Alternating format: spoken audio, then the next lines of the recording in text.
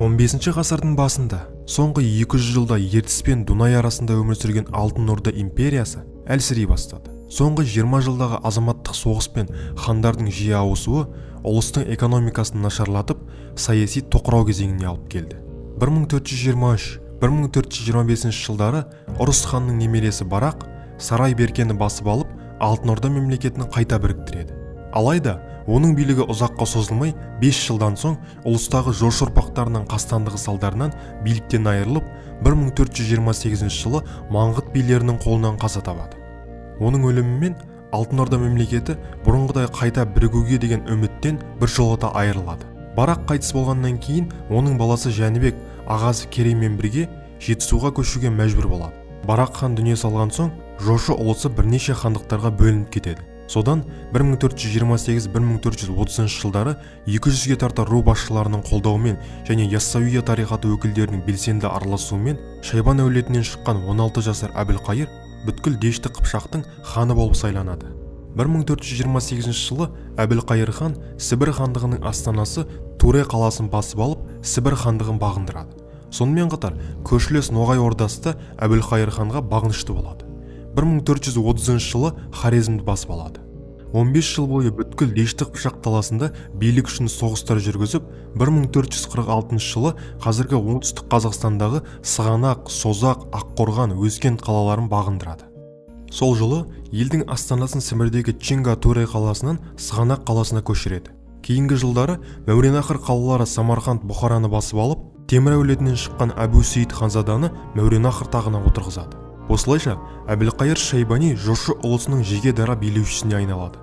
Әбілқайыр шығыс Дешті Қыпшақ даласын біріктіріп қана қоймай, 40 жылдан астам билік құрады. Ол қазіргі Қазақ, Қарақалпақ, Ноғай, Өзбек халықтарының құрамына кіретін көптеген ру тайпаларды біріктіреді. Алайда, билігінің соңғы жылдарында аса жауыздығы мен ғасырлар бойы қалыптасқан көшпелілердің ата дәстүрінен алшақтау салдарынан көптеген Дешті Қыпшақ руларының наразылығын тудырады. 1457 жылы Өстемір Тайшы бастаған ойрат әскері Әбілқайыр хандығына басып кіреді. Өстемір Тайшы мен Әбілқайыр әскерлерінің шайқасы 1457 жылы Сығанақ маңында өтті. Жекпе-жек бірнеше сағатқа созылды және Әбілқайыр ханның жеңісімен аяқталды. Әбілқайыр хан шегінуге және Сығанақ қаласына тығылуға мәжбүр болды. Ойраттар Ташкент, Түркістан, Шахрухия қалаларын тонап қиратты. Әбілқайыр өзіне тиімсіз масқара бейбіт келісімге қол қоюына тура келді.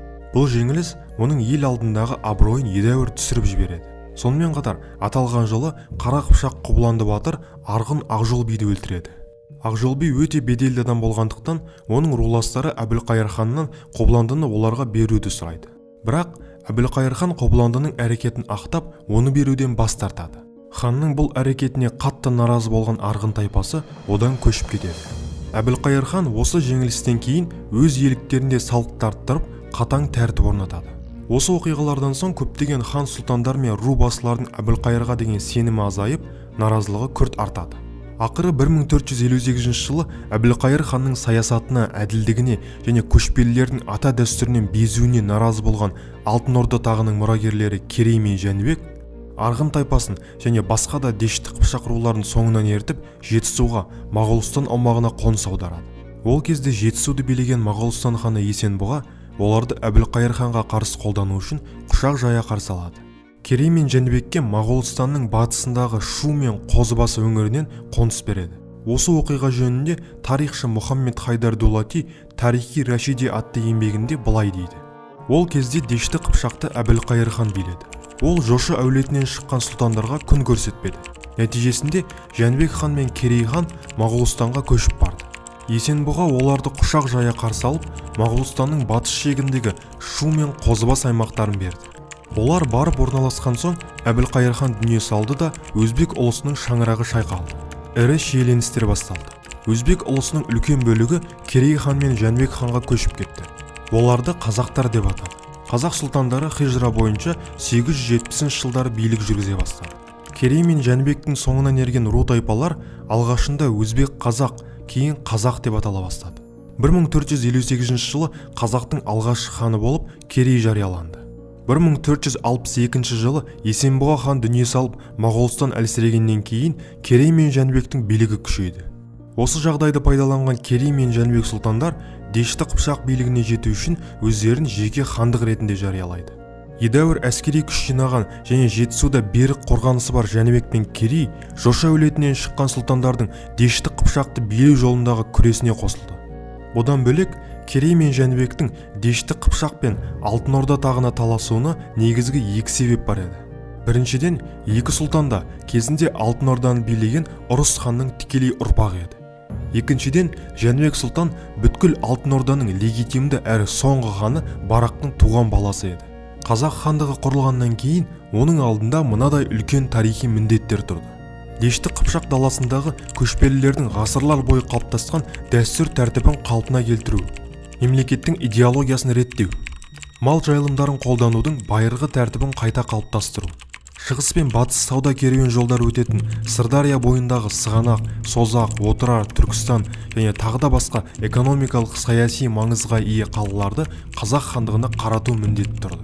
Себебі Сырдария бойындағы қалаларды экономикалық тірекке айналдыру Дешті Қыпшақ даласын билеудің басты шарты болып келген. 1468 жылы қыс айында Әбілқайыр хан Қазақ хандығын қиратпақ болып Жетісуға жорыққа аттанды. Бірақ сапары сәтсіз болып, осы жорық кезінде қаза тапты. Әбілқайыр өлгеннен кейін өзбек ұлысының шаңырағы шайқалып, ішкі шиеленістер күшейді. Әбілқайырдың қаза болуы Қазақ хандығының нығаюына және оның көлемінің кеңеюіне үлкен жағдай тудырды. Әбілқайыр өлгеннен кейін Керей мен Жәнібек Сырдария бойындағы қалаларға бірнеше жорықтар ұйымдастырып, Түркістан аймағындағы бір қатар қалаларды қайтарды. Қазақ хандары Әбілқайыр ханның мұрагерлеріне қарсы күресте олардың ішкі сыртқы қайшылықтарын толық пайдаланды. Әбілқайырмен билікке таласып жүрген жош ұрпақтары Ахмет хан мен Махмұд хан, Батыс Сібір билеушісі Ибақ хан және Ноғай мырзаларымен одақтаса отырып күрес жүргізді. 1466 жылы Керей хан дүние салғаннан кейін билікке Жәнібек хан келді. Ол Әбілқайыр хандығына бір қатар жорықтар ұйымдастырып, Қазақ хандығының жерін одан сайын кеңейте түсті.